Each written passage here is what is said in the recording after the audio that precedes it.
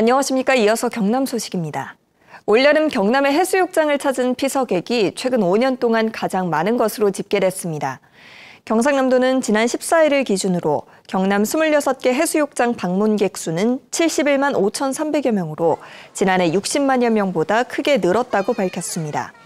해수욕장별로는 거제 학동 흑진주 몽돌 해수욕장이 15만 7,400여 명으로 가장 많았고 거제 구조라 8만 3,400여 명, 거제 와현 모래숲 해변 7만여 명 순이었습니다.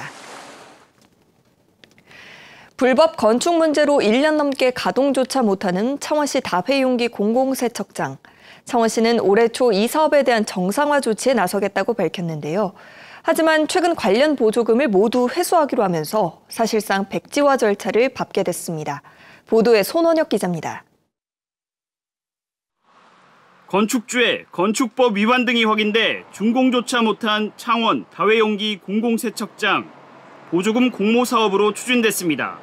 창원시는 올해 초 관계기관과 각 부서 의견을 종합해 건축주인 창원지역 자활센터에게 행정 절차를 밟게 하고 사업을 정상화하기로 했습니다.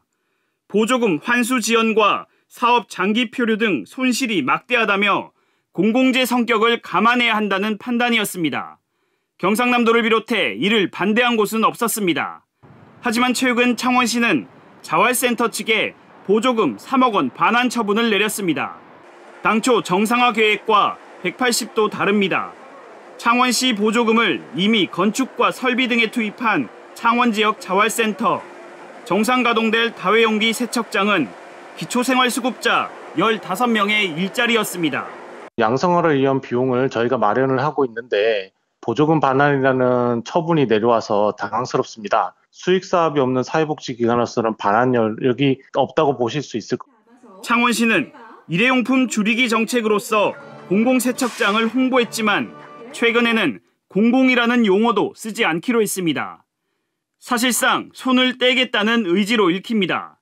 공공세척장이라고 시내지 지어가지고 이런 식으로 시민들은 그렇게 인식을 하니까.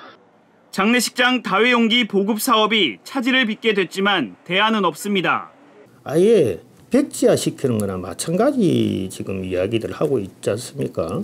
이 사업이 장기화될 것인데 또다시 그러면 이 사업에 대한 목적은 어디로 갔냐고.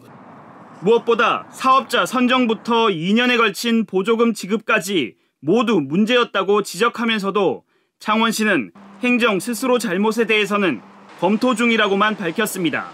KBS 뉴스 손원혁입니다. 해외에서 한국 냉동김밥과 즉석밥, 떡류 수요가 증가하면서 올해 1월에서 7월까지 쌀 가공식품 수출액이 같은 기간 기준 최대치를 기록했습니다. 한국농수산식품유통공사는 올해 들어 7월까지 쌀 가공식품 수출액은 1억 6천여만 달러로 지난해 같은 기간보다 45.6% 증가했다고 밝혔습니다. 연말까지 쌀 가공식품 수출 예상액은 지난해 2억 1,724만 달러를 넘어 최대 기록을 새로 쓸 것으로 보입니다. 이 같은 쌀 가공품 수출 호조는 냉동김밥이 사회관계망 서비스를 통해 널리 알려졌고 해외 대형 유통 매장에 입점하면서 수출이 급증한 영향으로 분석됩니다.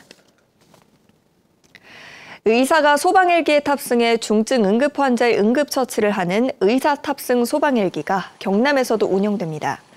소방청은 의사 탑승 소방헬기 사업을 기존 경기 북부에서 경남 전 지역으로 확대한다고 밝혔습니다. 경남 지역 의사 탑승 소방헬기에는 경상국립대병원 전문의들이 탑승해 현장과 이송 과정에서 전문 처치를 담당하게 됩니다.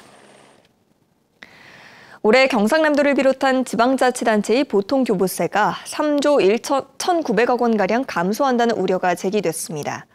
손종필 나라살림연구소 수석연구위원은 올해 보통교부세 감소액은 5.35%가량으로 추정된다며 지방자치단체 재정 운영에 어려움이 예상된다고 밝혔습니다. 손 위원은 6월 말 누적 기준으로 지방교부세 재원인 내국세는 9조 6천억 원 적게 거쳤다고 덧붙였습니다. 창원지검 통영지청이 지역 축제 행사장에서 국회의원 선거 입후보 예정자의 지지를 호소하는 등 공직선거법을 위반한 혐의로 천영기 통영시장을 불구속 상태로 재판에 넘겼습니다. 지금까지 경남 소식이었습니다.